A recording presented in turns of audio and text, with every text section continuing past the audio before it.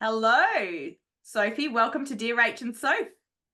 Thank you, Rachel, for welcoming me to our podcast. I actually only saw you this time last week. I think it was last Thursday. We're recording this on a Wednesday night, so Yeah, it's so less than a week ago. yeah. So that was cool. Far too brief. We could have talked for hours. We had a little rendezvous. Or actually, a week ago we had a rendezvous at the bookshop in Sydney. I'm Now, still rolling out the content, still rolling it out. I know I'm seeing that. So we're gonna do something. I'll just say to everyone what we're gonna do tonight before, and then we'll have a little bit of chat. I'm gonna ask you some other questions before I get to the nitty gritty. But today we are going to do something slightly different, and we're not talking about a particular writing topic or answering a reader question or interviewing a guest. I am going to interview you. Um, not about your books Mhm. or your job. I'm going to interview you about a topic that I am researching because I am writing not exactly about this topic, but the main characters in my book are adopted. Mhm. And this is what we are going to talk about because you too are adopted. Mhm. So my book isn't about adoption. I'll maybe say a little bit more about that in a moment. But before we get stuck into the me using you as a research tool, I want to know That about just conjures Nashville. up a whole. I'm always making a laugh going. I want to know because I saw you last week, the Mhm. day after you got back from Nashville, Yeah. which I'm very, very jealous of. Not just Nashville, you were in New York and somewhere else as well. LA first, then New York for brief. These were whistle stop visits, and then I had 6 nights in Nashville. Okay, so you were there for country music stuff, yeah. Oh, yeah. But you also went to bookshops. I went to Anne Patchett's bookshop, Parnassus, Jealous. which is out in the suburbs of Nashville, and I took a bus there. And actually, it was really pretty. I was like having a little tour of Nashville as I went, and I found the bus system great because I was staying downtown, which is sort of like the central station for buses in Nashville. So I Oh, got a second day pass for $20 in case anyone's visiting Nashville. I do recommend that. And then just got on the bus out to Hillsborough and found Parnassus Books in this sort of small suburban shopping center area, like open air shopping center, quite near the bus stop. And it's a fantastic bookshop, really beautifully laid out, very knowledgeable and friendly staff. Everything's well signposted, so as you're going around the shelves, they've got all the categories of things that you might want to find. And then as I was leaving Nashville a few days later, I discovered that there is also a Parnassus Books at the airport. So Anne that's cool. I didn't know. refreshed herself around Nashville. Anne wasn't there that day. It's not, but there are many signed copies. There was an Anne Patchett signed copy section. Excellent. Okay. I love how Anne Patchett does. Like she's not on Instagram or social media herself or TikTok, which I find um sensible. Maybe she doesn't need to be because she writes like books that just resonate with so many people and they've been huge hits. So she doesn't need to do that, but she does. She's like a social media sensation. Mhm. I've heard many people talking about her TikToks, Mhm. which she doesn't do. The people I've heard that I've listened to her talk about this on a podcast. The young people, she calls them, in her bookshop, tell her what to do. And one of the things that she does, they don't tell her specifically what to recommend or anything, but they help her do the video side and they upload it and do all that. One of the things she does, I think it's Friday, is it? The new, New to you. yeah. I'm just reaching, those of you who are watching on video are going to see me getting close to the camera because I just realized I have the book I bought from the new to you section, Heroic which measures. is Heroic Measures by Jill Ciment or Ciment, Ciment. And it's this very small, as in slender situation, but it's vintage contemporary, the publishers, so Random House. Yeah, so that was in the new to you section because I thought I should buy something from the new to you section, and Yes. I was buying other books that were quite heavy in weight, and Yep. I thought So you I'd. thought you'd get a thinnish one. And I Um, actually initially thought I'd have to post all my books back, but that was so hideously expensive. I was like, I can cram them in the luggage, and I did get them in the luggage. I'm very impressed. Yes, I always have to bring an extra bag for for book mail. I mean book bought buys. I want to know. I'm going to put you on the spot here. So Anne Patchett has her if you haven't read it or whatever, it's new to you. Hmm. What book would you do? What would you recommend to our readers? The book that like, I'll Oh. go first while you're Okay, thinking. good. Yeah, But I thank thought you. about this way. So one book which I think it may have got more of hype in the US, but it definitely didn't have hype here, and is a book by Colleen Oakley called The Invisible Husband of Frick Island. I may have mentioned it before to you. It is so good, just really feel good, but so it's set on this tiny little island, I think off the coast of, oh, I don't know which side. Anyway, it is off the coast of somewhere in America, and the island is sinking because of climate change and, all that kind of, there's those issues going on. But the big issue apart from that is that it's a tiny island, so only a small amount of people live there. And there's a widow, a young widow who like is in her 20s, and her husband was a fisherman and died, if I can remember rightly. And yet she is it going on as if he's still alive. Like she has had some sort of mental break or whatever, and she has not accepted that he's gone. And so she goes about her daily day exactly as they would have done when he was alive. She walks him down to the fisherman's dock or whatever, like, why are my words? She walks him down to the bay or whatever to wave him off, fishing every morning. They still go to dinner she goes to dinner at the local hotel. And the funny thing is that everyone on the island is going along with it. So Right. like they will talk to him when she's there, and they'll put his dinner in front of her at the pub and all this different stuff. And this journalist comes across from the mainland to cover, I think it's a bake sale or something, and he's not really excited. And then he finds the bigger story is that this whole island is acting as if this guy is still alive. It's brilliant. Oh, wow. Um, Fantastic premise. I know. Anyway, so have you thought of one? I have. It is Guarding the Moon by Francesca Leah Block. Now, I've Oh, mentioned Francesca before in the context of her memoir, The Thorn Necklace, which is a writing book as well as memoir. She mainly writes fiction. She mainly writes young adult fiction, magical realism. yeah.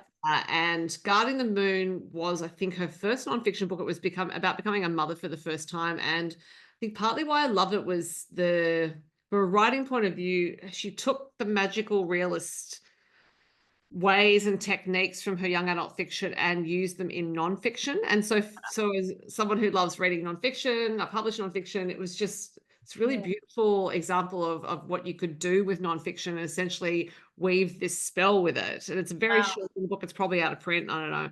But yeah, I have read it several times because there's just so much in it that's really beautiful, the way she writes sentences and the descriptions she has in there, and she really weaves this beautiful spell around the reader, and it's such a vivid piece of writing. So yeah, I just loved it. So Guarding the Moon by Francesca Leah Block. Awesome, thank you. Right. Well, while you've been settling back into work, I was in Sydney signing books for my next signing books for the Outback of Reunion, which is coming out soon. And then those signed books will be available from Big W, yeah, if you wanted to pre-order one. And then I have been at the Romance Writers of Australia Strategy and Planning meeting, which was so inspiring with the new committee dreaming up big plans for next year. But before we came on, and we will get to us, I just want to briefly mention that you've started a Substack today, and I've been on Substack for a little bit. So any listeners out here who are readers or writers may have been signed up to my newsletter already. But mine, I should say, is a country music Substack, so it's not a writing one. But we were just talking about the benefits and like why I like Substack. I resisted it for a while. So for anyone who has no idea what we're talking about, Substack is a newsletter platform. Would you say that? I think it seems to be described as replacing blogging platforms in some ways, which is interesting. Yes, I think that's true, because I just said to you, for me, it feels like, I just looked it up and it says Substack is a platform that provides publishing, payment, analytics, and design infrastructure to support subscription newsletters. It allows writers to send digital newsletters directly to subscribers. I resisted a while because it felt like it's just another thing to do. But when my virtual assistant suggested transferring me from MailChimp, which had a whole load of issues that I was having, to Substack, she convinced me, and now I'm obsessed with it. I love it. It feels like a combination of newsletters, blogs, and social media where people are not like sharing all silly, stupid stuff, but are sharing the things that matter to them. And I love that you can like write about something, and people can comment, they can restack and share. So yeah, we were just talking about that, and I just wanted to say, if you're not following either of our Substacks, go on to Substack. And there's so many other good Substacks you can follow about reading and writing. I thoroughly recommend Substack. Well, and you've talked about your assistant Annie and making yours look pretty. I haven't actually delved into the world of trying to design mine at all. In fact, at the time we're speaking, the first post is scheduled to go out because it's a single premiere, so it has to go out at a particular time. And so that hasn't gone out, and I just did basic graphics that Well, sort of if site Annie can do branding. mine would be very basic, but she made it look a bit pretty. But now I'm thinking, how does one make it look pretty? I'm going to have to investigate. I have no idea. I cannot help with that. But you can help me. Let's move to today's section of what we What a actually segue, Rach. Yeah.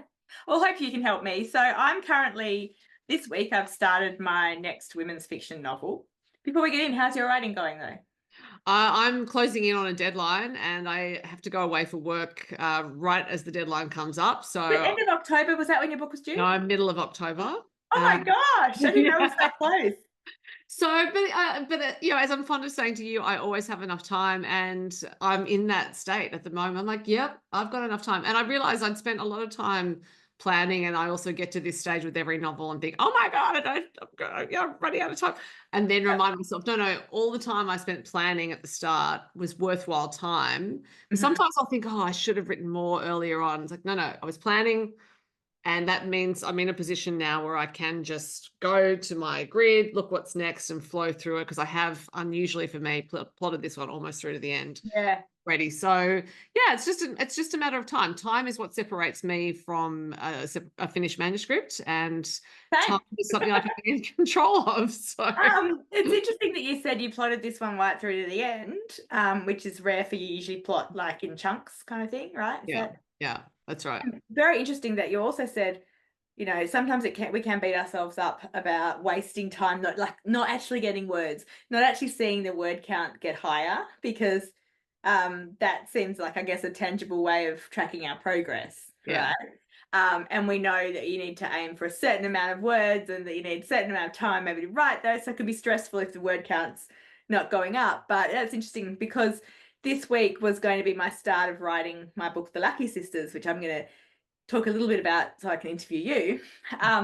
And yet I'd written a couple of paragraphs a few weeks ago, but I don't really know the characters. I've got a vague idea and stuff, but there's a few key things in. So the first time ever, because I only have a few months to write it too, and there's 2 book releases happening in that time, and Christmas and a whole lot, you know, just life.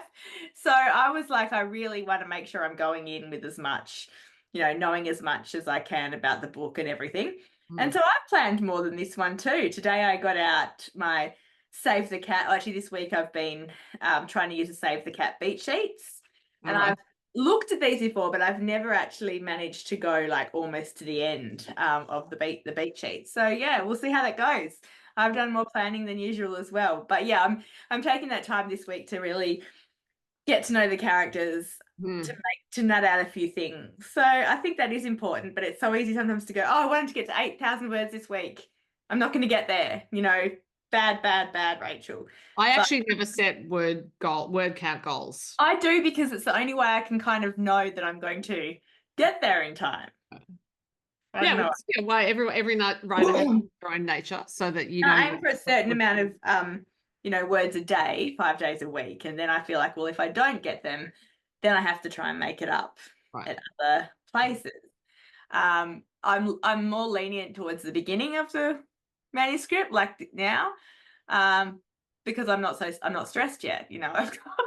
But like you, I'll go through that stages where it's like, oh my gosh, I can't do this, it's not working, and then yeah, I'll want to have Christmas off, and it will feel like that's not going to happen. So yeah, anyway, this book, The Lucky Sisters, is what I've started writing today. Tell us about it. What's that, sorry? Tell us about it, because you were going to tell us Well, about it. I'll tell you what I know, which is not, a huge amount yet. But basically, the Lucky Sisters is about two women who are twins. They're 49 and they were adopted at birth. They have never found out about anything about their birth mother or father. Pretty much because they had a great upbringing with their adopted parents, very close to them. When their dad died, their dad died, they looks close to their mum, and the adopted mum has lived quite a long time. And so were always torn. One of them has always wanted to know where, she kind of came from, who her parents were, why they, gave her up, and medical things, all that unknown side. And the other one adamantly doesn't want to know. And she's sort of convinced the other one, the one who does want to know, we can't do it while our, adopted parents are still alive. So the book opens with the funeral of the adopted mother, Right. and then we kind of launch into this thing where they are trying to find their birth mother. Now, that's not going to be much of the book, because the book is not about adoption or finding a family. It's about something drastic that they find, or quite tragic and worrying, that they find out when they discover who their mother was, and all that. So it's about how they both deal with that news, and the resentment kind of the one who didn't want to find out has now got some knowledge that, she's having to deal with, and she didn't want to deal with. And there's resentment on the other side too, because if they hadn't waited for so long, they may have found other things. I'm trying without spoilers. Yeah, of course. Yeah. So the main thing I want to pick your brain about, I guess, is the feelings surrounding adoption, because that's my backstory, I guess, of these twins. And the good thing with having two people, because I know, like, your adoption story is one, and your feelings is one person's. We've spoken about this before, though I wasn't adopted. I didn't know one whole side of my family. So I do have that whole understanding of whether you want to know or you don't want to know. Like, I never knew my dad, and I always wanted to know, and I wanted to find out about him and my siblings. My husband also didn't know his dad, and he's never wanted to know and find out. And I imagine, it's the same with people who are adopted. That's what I'm playing with, Yeah. Like, my brother has never wanted to. The boys tend to not want to know. Interesting. Yeah. And so unfortunately, my twins are two females. So that's all right, because there'd be plenty of. Okay, what's your theory behind that? Why do you reckon the men don't want to know? I think that they just can move on. This what I'm about to say is going to sound terrible and may upset some people when I say it, but it's not unlike how some men can leave their children behind when they're with their wives. I know what you mean. It's basically like, that's done, I'm moving on. Yeah. So, and that's not at all to say that my brother's an unkind person. In fact, he's one of the kindest. No, same with my husband. You know what I mean? As far as he's concerned, he was abandoned at birth. Yeah. That's it. I think that's pretty similar to they my made a husband. decision to end that relationship. So yeah. And that's, I guess, where one of my twins will be thinking about, and the other one is just too damn curious and is more like the women, I guess. So a couple of things I'd love to know, and if there's anything, I don't think any of these questions are, too pryy or whatever, but they are all time. Exactly. That's what I was just going to say, the proviso to that. So you were obviously adopted. Was that closed or open adoption? And how? Closed, because they all were. Back in the dark ages. No, back in the dark ages. I actually don't believe in open adoption, but that's interesting. That's my opinion. It's not the popular opinion these days, but no, they were all closed at the time I was, which was the 1970s. Yeah, and that's the same era of my. So that means that your birth certificate was sealed. Is it like, It was. I have a copy of my original birth certificate, because around the time I was 18, I think, was when it was, or maybe later, the laws changed in New South Wales, which meant you could access your original birth certificate. So I got a copy of my original birth certificate, which has my original name on it, and says father unknown, even though that was not the case. My birth certificate says father unknown as well, even though that was not the case too. It's a nice protection for those men, right? Yeah, exactly. So it has your mother, it had your mother's name on. Yes, and You found out. around that time I think I actually, I'm not, it's all very hazy now. Yeah, yeah. I got the birth certificate after I'd met her, so I Okay. knew her name. I just wanted to have it because I was quite curious about what was on it. Yeah. And because so what happens with adoption is that you're issued your birth certificate when you're born, like all babies are, and then the Yeah. adopted parents apply to have New one. certificate, and then that becomes the new legal document. So my original birth certificate is not a legal document. My Interesting. brother could now go and get his birth certificate. He never has. Yeah. And also his biological parents could track him down Yeah. through finding out what his new birth certificate is. Yeah. They have not come looking for him. Yeah.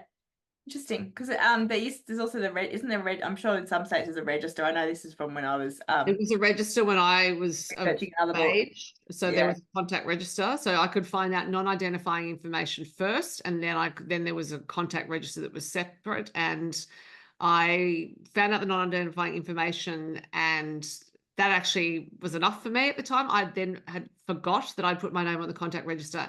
And later I got a letter saying that my biological mother wanted to meet me. That's interesting, because I'm thinking that my two twins will not have looked or anything. So you found non-identifying information. Yeah. And what kind of stuff did that have then? Well, it turned out that a lot of it was inaccurate. Oh, interesting. So once I did meet my biological mother, she asked what was on it, and I told her, and she's like, "Well, no, that's not true." Wow. What kind of thing? Like, not personal, but like what It kind was of? things like she lives. Well, also she was told inaccurate things about what happened to me. So she was told that I had moved to the country. That was not true. In fact, I was living about 3 suburbs away from her. Wow. When I grew up. So I mean, there were things that were done to probably try to protect both sides. There were things about musical. So I'm very musical. There were things about musical ability in her family which were not true. So yeah, there were just things like that that were quite interesting. But then there were things that were true. Like I have eczema, which is the same gene as asthma, fever, and that was mentioned. The asthma was mentioned. Yeah. How long was that document? It was about a couple of pages, I think. So someone would have put that together when you were adopted out. Yeah, that's right. So in the time when after I was born, there was a 6-week period in which bio mum, let's call her, could change her mind. And and in that time, my parents declined to take me home because they didn't have to hand me back. Oh, interesting. So they could have taken you home? Yeah, same with my brother. Yeah, he could have been taken. So my brother was born in a country town in New South Wales, and invariably people say to me when they find out I'm adopted and I have a brother, "Oh, so you're biologically related." I'm not quite sure why everyone presumes that we're biologically related, and that someone would necessarily choose to give up two children. Yeah. It happens every time. I mean, it does, but also people do that, don't they? Like, but I think that would be probably more rare. Well, my feelings, and this is again, it's just assuming things. I feel like if you've given up one child, maybe you'd be more careful about not having another one that you weren't. I've encountered people who were given up and whose biological parents then went on to get married and have children. Yes. Yeah. My auntie was one of 4, so she knew. And then when she was about 60, I think maybe 55, 60, they found out that their parents did have a baby 5 years or so before them, adopted out. And then the parents still stayed together. So yeah, that happened quite a bit, didn't it? It did, yeah. Yeah, which would be, I feel like, even harder. I don't know. It's harder for everyone involved. So you had this non-identifying information to start with. Why did you choose to look for that? Well, because when you grow up adopted, you don't look like anyone you know. Yeah. And there are so many references in culture. Except when I twin, because they're identical twins. Right. So there are so many references in popular culture, all sorts of culture, to family members looking alike. Yeah. It pops up all the time. So-and-so looks like so-and-so, and it pops up in conversation. But when you're adopted, you don't know anyone you look like. And so that's kind of a weird experience. Yeah. It's funny when you have one side not there, people just forget that side, just like, and it's like, no, I could look like someone else. Yeah. And particularly because I've got curly hair, it would come up quite a bit because my parents' hair is straight. And so curly hair is a dominant gene. Yeah. Therefore, you know, especially hairdressers would want to know where the hair came from. And you're like, I don't know. Like, it's like, yeah, Yeah. basically. Sometimes if my mother was just trying to stop a conversation in its tracks, she'd say, "Oh, her grandmother has curly hair." Wow. So, That's so interesting. I might steal that. and it Um, wasn't that she was doing it to be like, it was not necessarily to protect me. It's more that if she detected that the person who was asking the question might continue to ask yeah, questions, yeah. like, Exactly. It's not really any of their business unless you and your mum wanted to, yeah. go there. So it was mostly just looks. It wasn't, you weren't worried about medical information I or wasn't at all worried about medical information. And I think I was also just curious because things like I was really musical and yeah. I loved foreign languages. And it turns out both of my biological parents were foreign language teachers. Wow. Yeah. So that was interesting. But apart from that, I was kind of satisfied with what Yeah, I yeah. So you never had this burning urge to know, and your brother didn't have a burning urge. I did for a little while just because I thought I should know because it's weird. It is weird not Yeah. knowing anyone you're related to. I do actually believe that Yeah. children belong to the collective in terms of our collective responsibility for children Yeah. and to bring them up. So in our structures before the industrial age, when we probably had more extended family around, Yeah. it would be not unusual for children to be brought up by many people, not necessarily their biological parents. So I don't think it's that we absolutely have to be brought up by the people who are our direct biological Yeah. Yeah. relatives. Yeah, it's just more that it's odd when you don't. I think it's therefore well, actually it's therefore odd when there's absolutely no one around Yeah. that you're related to. Okay, random sideline question. What happened to you those 6 weeks when you were a baby and that period of waiting? You're in a hospital ward. Okay, so you were just looked after by nurses Yeah. and stuff. Yeah. Yeah. Okay. And look, my mother was a pediatric nurse, and so she had looked after babies that were up for adoption, and so Yeah. she knew that babies were all really well cared for. Yeah. So, I mean, everyone likes babies, right? In that sort of job, probably. So they're going to be, yeah. but then I've also got to say, like, there's so much stuff around now about how the first 6 weeks are the most important, Yeah. and just think, well, okay. Well, you seem to turn out okay to me, like from what I've, Yeah. gathered. There's so many variables and all those sort of things in what forms a person as well. So after you found the identifying information, and you did put your name on the contact register, but didn't really think anything about it. And then you got a letter from your birth mother? No, from the Department of, I can't even remember what, the government department's changed several names since then. Yeah. Whoever it was, whatever government department, I got a letter. Okay, and they said that she was looking, or she wanted to contact me, yeah. get you? So you don't get a letter from her, you get a letter from the government department to contact. And then you met?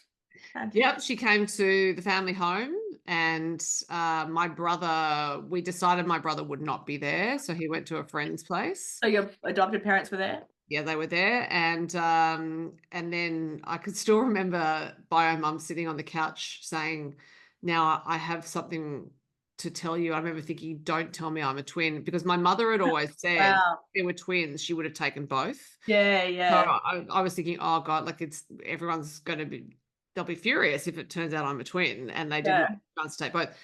No, what she wanted to tell me was that bio dad got his wife pregnant at the same time and that his other daughter was 10 days younger than me.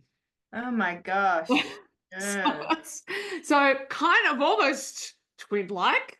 Yeah. And have you met your sister or brother? She doesn't know I exist.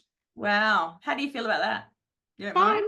Yeah, it's like I've had the occasional friend who's like, well, you have to contact her. She has to know. It's like, does she? That's a right to know, they think. Her entire understanding of who her father was turned upside down just because I decide that I'm going to share this information. And some of these people have said, oh, but wouldn't, it's for you as well. So, well, it's not for me because I don't feel any need to do it. So if you're telling me I have to do it, this is about you and what you think should be done. So true. I can understand that, because as me coming from someone who wants to know all that stuff and did want if anyone wants more background and hasn't listened to us for a while, you can go back to, I think it's our second podcast, second or third, and we talk about how both Sophie and I are the children of affairs, and Sophie wanting to know a lot, and Sophie, being content not to know. And it's interesting because I do force on my, I've been saying to my husband for years, why do you want to know? You should find out. Our kids deserve to know. And he's like, the kids don't really care. Anyway, sidelining. So you never met your biological father? No, we exchanged letters for a while. He was still married to the wife he'd cheated on, and lived not too far from Sydney, but he was a teacher in a high school and things like that. So we exchanged some letters, and then he did not want to meet my parents. And at that point, I just thought, stuff you. And how do you, how are your, so we just answered one question. I was going to say, how are your feelings towards your biological parents? Like, therefore, I don't speak. Have they changed over from when you were a child to now? As a child, I think you can imagine all sorts of things when you're a child. Like there must be some tragic story, and it's just this mundane. Someone had an affair and got pregnant. Maybe that's not mundane. You and I are novelists, so for me, it's like, someone had an affair. Whatever. So I don't speak to my biological mother anymore. I was seeing her for a while when I was younger, but she wanted me to be her daughter again, and I simply am not. And that is sort of nurture versus nature, adopted children. I had nurture versus nature as a topic to sort of discuss. Well, we can go into it now. Anything to say, about that? Look, I think, and I do think the science now backs it up. So epigenetics and all sorts of things would talk to this about how nurture determines nature, I think is the line they take now. Yeah. Certainly Nick, my brother, and I would agree, and we have talked about it, that nurture's stronger than nature as far as we can tell. Now, it's when I say it's stronger than nature, that's just because we know our lived experience and we know what we've shared. We are very different people. We have different things we can do. He's incredibly athletic. Yeah. Even though I'm really sporty, I don't have that man's natural athletic prowess. Anything.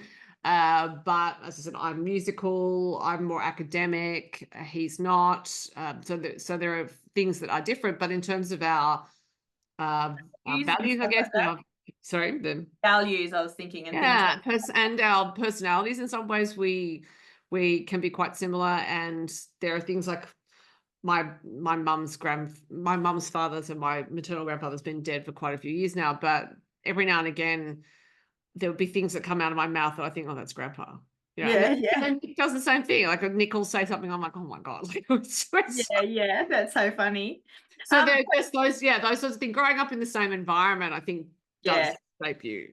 I think so too. It's interesting because it does shape you, and then you can also have genetically biological siblings who are 100% related, and they are so different. And look, also because I believe in Vedic astrology, which is Indian astrology. Now, if you look at a Vedic astrology chart, if you look like a South Indian, North Indian chart, it's incredible how accurate those things can be. So arguable that it's not nature or nurture. It's when you were born. Yeah, I was actually looking at something interesting today when I was doing some research on twins and that, and why identical and fraternal twins can be similar or different, and that it says identical twins should in theory be so they were talking about the star signs and stuff in that. And it was then going into depends on literally which minute you were born, and if you were 24 minutes apart and all. So very interesting. Vedic astrology, yes, that a minute can make a lot of difference. So just quick backtrack. Did you ever feel angry regarding the whole situation? I can't remember feeling angry. I think every teenager goes through an identity crisis, right? And I do remember thinking at the time I was a teenager, I'm not just having an identity crisis because I'm adopted. Everyone has them. So I don't know. I don't remember feeling angry So much something that might be of interest to you for your book is that there's a book called Family Wanted that came out a few years ago, which was Family Wanted. yeah, it could be out of print. I think it was like an academic publication. It Yeah. was stories about adoption, and there was something in that I've always remembered because it out of everything in that book, it hit the truest, which Mhm. is that adopted children do not grieve the fact that they're not with their biological mother. They Yeah. grieve the fact that their adoptive mother did not give birth to them. That's what I say. So so adopted children do not grieve They bio. don't grieve that they're not with their biological mother. They grieve the fact that their adoptive mother did not give birth to them. That's interesting. Yeah. I'm just writing that down. And I probably will not understand my writing, but I can listen back. And you can always ask me again. But I remember when I read that thinking, oh, that makes the most sense out of anything, because Yeah. there'd be a lot of psychological stuff, like writing stuff around adoption, which probably say, oh, you're not with your biological mother, there's something inherently wrong with you. And I do remember feeling like that had to be the case, that there was going to be something wrong with us because of it. And then as soon as I read that, I was like, that's it. That's Yeah. the feeling that happens. Like, it's just that you really, really wish your mum could have given birth to you. Yeah. No, that makes sense. You wish that there wasn't another one out there, I think. Yeah, Yeah. yeah. So when did you find out you're adopted? Always knew. Like, I can't remember the first time we were told. Nick and I were always just told. And I think so. So it also, to bear in mind with your characters, is that people's experience of being adopted, I think, is heavily influenced by when they become They aware. found Like out. Judith Lucy has a whole memoir about finding out in her adulthood. Oh, really? And well, a whole memoir, I think, prompted by the fact that she was told, I think at a Christmas lunch it was, and the worst part of that would have been that the rest of the family knew and kept Yeah. it from her. Yeah. That's Whereas why. we always knew. Yeah, exactly. Like, and I think always knowing, it's similar to me. Like, I actually don't remember a time when I didn't know that I did have a dad somewhere, and kind of the background, which is interesting because when were we actually told? Like, someone must Yeah, have it's said, just, I mean, I think, and I'm both, your mother and our parents did the right thing there, because if you just have included it in some conversation, or like, obviously mum would have just drip fed it out and kept repeating it, because I remember her, yeah, I have a memory of her saying why, why your mother gave you up for adoption. It's because she loved you so much that okay. she couldn't care for you. And so she That's wanted nice. someone else to care for you. And so that was always the line. But I remember hearing that from a very, very young age. Yeah, She also they would have had to think about, if they were think about the fact that if they were telling me, they were also telling Nick. So they would have yeah, had to time it quite carefully, because yeah, nature of siblings, when they're close in age, that they're usually around each other all the time at a certain point. So whatever they were saying to me, he was hearing. yeah. So yeah, but we Yeah, just how old was your mum when she had you? bio mum, Biological mum, yeah, sorry. 23. Wow, so reasonably young. Yeah, but not a teenager. No, yeah. But it's interesting. That was interesting too, because my conception of it You thought she'd be a was, teenager? yeah, like I was like, oh, this will be. So when you found out the informing information, it would have told you her age? I can't remember if it did actually.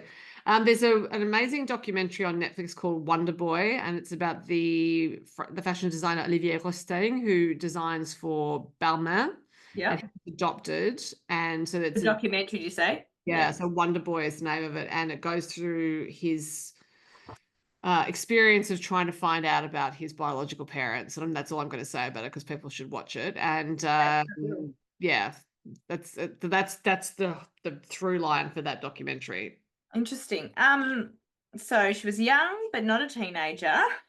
You've always known, so you can't really remember a pinpoint.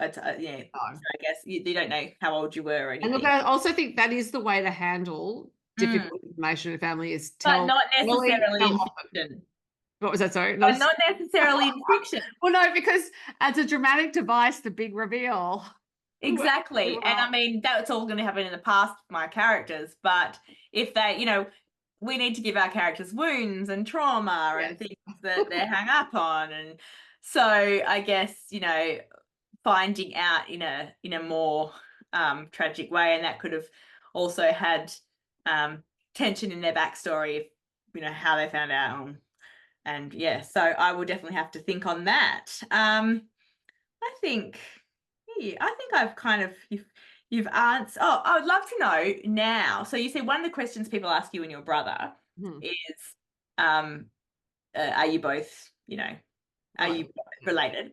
And obviously mine are either identical twins or fraternal twins, so they are. But what other questions have you been asked over the years? Like, at what stage do you tell someone I'm adopted? I'm trying to remember from our conversations. Probably it came out when we both knew we were the children of affairs, and then that's how, when we discovered each other's stories. Yeah. People are very interested. Probably didn't tell me before then.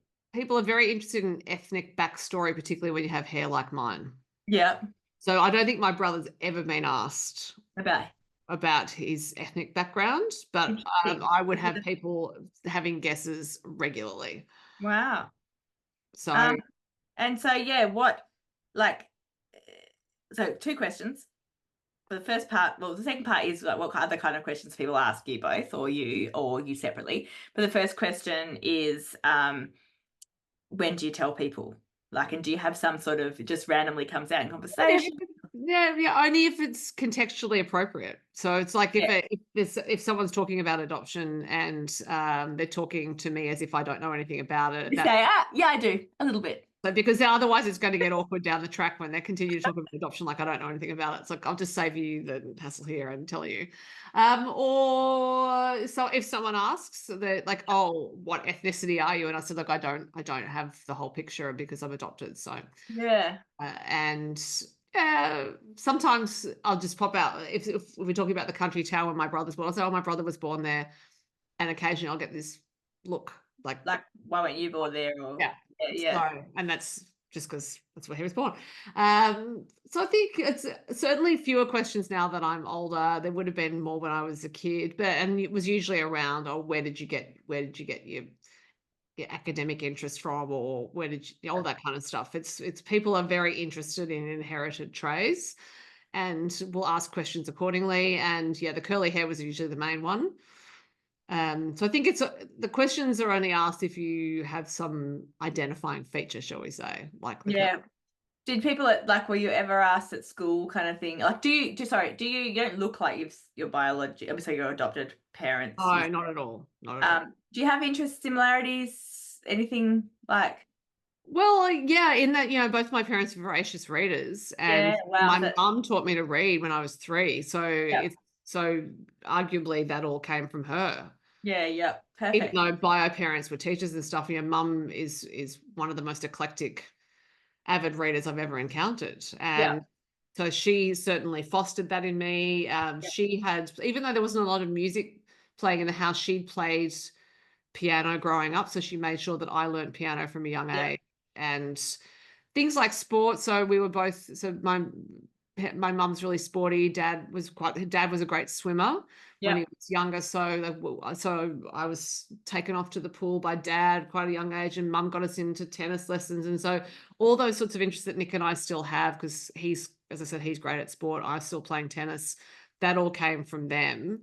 And I actually don't know if my biological parents were sporty. Never asked. Interesting. So it does sound like you got quite, my book's called The Lucky Sisters, so look, quite lucky with your adopted parents. Well, I tend to think that adopted children on the whole probably are lucky because our parents really, really wanted them. Yeah, they had to think about it. They had to plan it. They had to answer questions from the government. My parents were regularly contacted by that government department leading up to them adopting me, because it took a few years, even though adoption was more common when I was born. It took them quite a while, and then they were contacted sort of every few months, and then as it got closer it was every month, and then it was every week, and they were asked how much money they had and whether they were still together and whether they still wanted to be, things that biological parents, quite invasive questioning. So they were really prepped by the government to be parents, and therefore they really had to think about what they were doing. And so I do think adopted children probably did enter environments that were receptive. Not Mostly, not obviously not everything, but yeah, and yeah, no but one's done any research. That's the other thing. Like if adoption had been a massive failed experiment, I would expect to see that reflected in yeah, certain figures, but unless, but again, I don't think the research has been done. no. No one's ever asked me to participate in any research about adult adoptees. Whenever I see certain things written about adoption, I get quite irritated about how some of them are phrased, because I just think, well, you've never come asking us. So what type of things do you not like? I think, again, I'm sure there are going to be people who listen to this episode who think I'm terrible for saying it. I don't actually care. The thing Yeah. about open adoption. Yep. I do Well, think, a lot of the time people form opinions with no real experience of their own, right? I think it's really, really hard to form a separate identity as a member of a family Yeah, when you have original family. Now, I'm excluding Aboriginal children from this conversation, yeah. because Yeah, obviously there are that's cultural information. issues there that Yeah. need to be addressed. So just generally speaking, very difficult for that child to establish their identity as a member of a family when the biological family is still Yeah, there, I you agree. belong with us. I've talked to someone who's a sociologist who's done quite a lot of research in this area, and in fact works with a state government department about it, and she completely agrees. I do actually as well. Like I actually think that as I said, from my own kind of not adopted experience, but similar type of experience, I didn't find out anything until I was over 18. And you mean like an open adoption now is often when the biological parents can still be involved, different stuff. Yeah, And I when the think kid's really that young, yeah. that is such a like that does muddy the waters a lot. And I think that would be really confusing for a child. And it would mean it's harder to, sort of really connect with the family that you've been, chosen to live with and to be part of. So I Yeah, kind of think I understand closed adoption beneath before 18, and that available information be the register and available information being there, but not like open all along. That's how I would. and this is also tied to what I talk of, and I've never done it publicly, but I'm doing it now, obviously, on Yeah. talk about as the obsession with biological relationships. And that means that some children are left in the care of biological parents who have no business keeping those children. Yeah. The structures now are set up to encourage that and enforce Yeah. that. Protect Yes, the parents almost more than they protect the children. yeah, it's if the best interests of the children were the focus, then a lot of children in those circumstances would be removed. Yeah. That will be tough for people to hear, but I'm someone who has experience of not growing up with a biological relative who could not take care of me, and well, that's biological mother. Yeah, And you could have had quite a lot of if your biological mother had, kept you, your life could have been very different. it would have been very different, not for the better. Yeah. I know Yeah. that. Yeah. Like 100% know that. It would just not, I would have had a much worse life. Yeah. And that's just because she wasn't capable. Yeah. Mum's line to me from the start was correct. She wasn't able to take care of me. So, Do you mind, it's maybe a question too far, so just tell me to shut up, but why was she not capable? You know? well, because she was in a vulnerable position. She'd had an affair with a Yeah. married man. So she was financially vulnerable. She was emotionally, as by her own admission, emotionally very vulnerable. She did not have any family support. Yeah. So she just simply would not have been able to cope on various fronts. And that would no doubt have affected my well-being as when did you discover that you were the child of an affair as well as being adopted? well, that day I met her when she told me that Okay, so that was the first time that you knew all that. Your adopted parents didn't know any of that. So they don't really they just know that because it's obviously my character's a similar era to you when you were adopted. Do they just know, like, what did your parents know? Oh, nothing. They were told nothing, apart from that they knew one of us had a German parent. Turned out that was me. Yeah. My dad was German. So, Wow. but funnily enough, my brother looks more Teutonic than I do. I wonder where they got that from, like how they knew that. Oh, they remember being told it but once. A random conversation or something. Yeah, like someone had a German, and then we did all think it was Nick until we got my. In fact, that was in the non-identifying information that he was German. Okay, interesting. But not that he was married. Yeah. So interesting. So like my characters, if they haven't gone looking because for agreeing they've both made that decision until now when something happens to them, they won't necessarily get more than the identifying information. Yeah, that's and that identifying information won't tell them necessarily why they were adopted. It was just no. Well, see, because it really depends on what the relinquishing parents were prepared to say. yeah. Okay, great. That's where the social workers got the information from, was the relinquishing parents.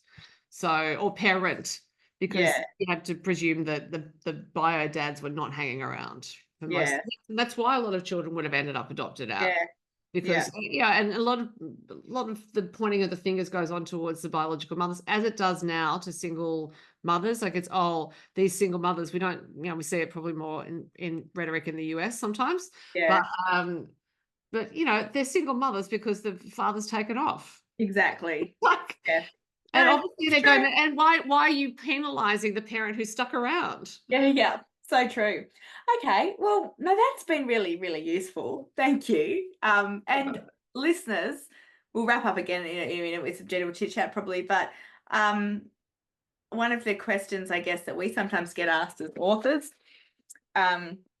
is how do you do your research? Or and this, you've just been privy to one way of researching a novel, and that is actually interviewing people who have had one of the experience that you want to write about or something like that. So Yeah. I hope you got a bit out of that.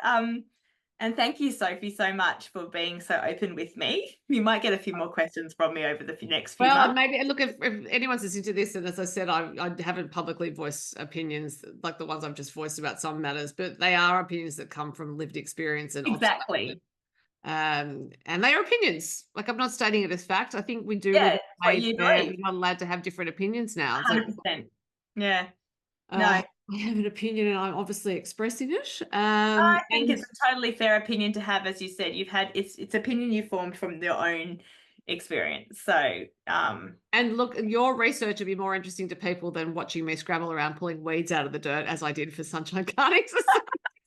but that's another form of research you can do. I'm still doing it, even though I don't have a novel to research. I'm still scrabbling around, pulling. I did it last weekend, so Yeah, and you've mentioned a couple of like books and documentaries and stuff. So they're all avenues for research, whatever topic you are, writing on. And you yeah, know because what I love about research? people's stories pop up in various forms. So. Yeah.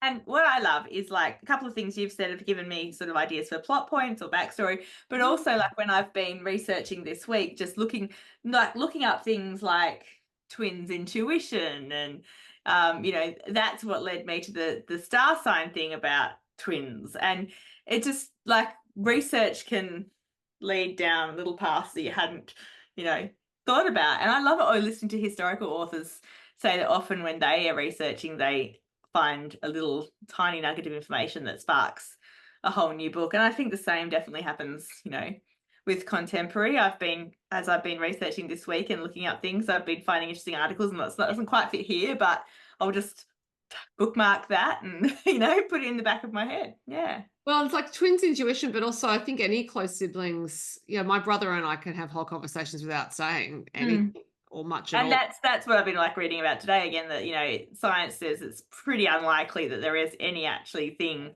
as, that where one twin is hurt and another can feel it across the other side of the world or whatever. But any close friends even or siblings who have grown up together will have that kind of where you do finish each other's sentences. You might accidentally wear the same clothes somewhere in that because you've just spent so much time together and you have such an intimate knowledge of each other. My friend Jen and I really like. I will think of her, and she'll send me a text message. It's so funny, isn't it? Yeah. Well, thank you so much. We were starting to end our podcast with what are we reading at the moment? Have you got time to read? I haven't had much time to read, which is terrible for me because I feel like that. Yeah, the last week I barely read anything while I was away. You've been pretty jam-packed, so I think you're allowed to not be reading things. I know, but I miss it. You know what I mean? Like I start getting sort of a bit itchy. But I'm actually about to start. And I'm allowed to say this because I am recognised in the newspaper and online as a judge. but I'm reading. So I am doing reading short stories at the moment. I've read about 4 for the Australian's Best Yarn. Best Aussie Yeah. Yarn or something. So I've got 50 short stories to read and judge in the next Okay. week. So yeah, Oh, okay. That's quite a lot. 6,000 entries. So it's down. They narrowed it down to 50. So yeah, basically I've got to read that and a few cover quote things because my year of no did not turn out being very much. So we'll try again next year. We'll try another year of no and see how we go. Well, I am reading Bellbird by Nardi Simpson, which is not quite out yet, but Oh yeah. Nardi and I doing a session at the Sunshine Coast Hinterland Writers Festival together. Oh, cool. And I'm also reading a book I bought at Parnassus Books, which is Once Upon a Time. It's a life of Carolyn Bessette Kennedy, who was John F. Kennedy Jr.'s Yes. wife. Oh, And wow. I'm finding that really, really interesting. Awesome. Yeah. All right. Well, have you got anything else we need to add for this episode of Dear Rach and Soph? I think we've covered quite a bit of ground, so we can sign off. And yeah, we do have a few more episodes with guests and stuff coming up, some exciting ones. But if you have a question for us, a writing question, a reading question, don't forget to Insta message one of us or email the email in the show notes. And thank you for listening, and we'll catch you next time. Bye, Rach. Bye, Soph.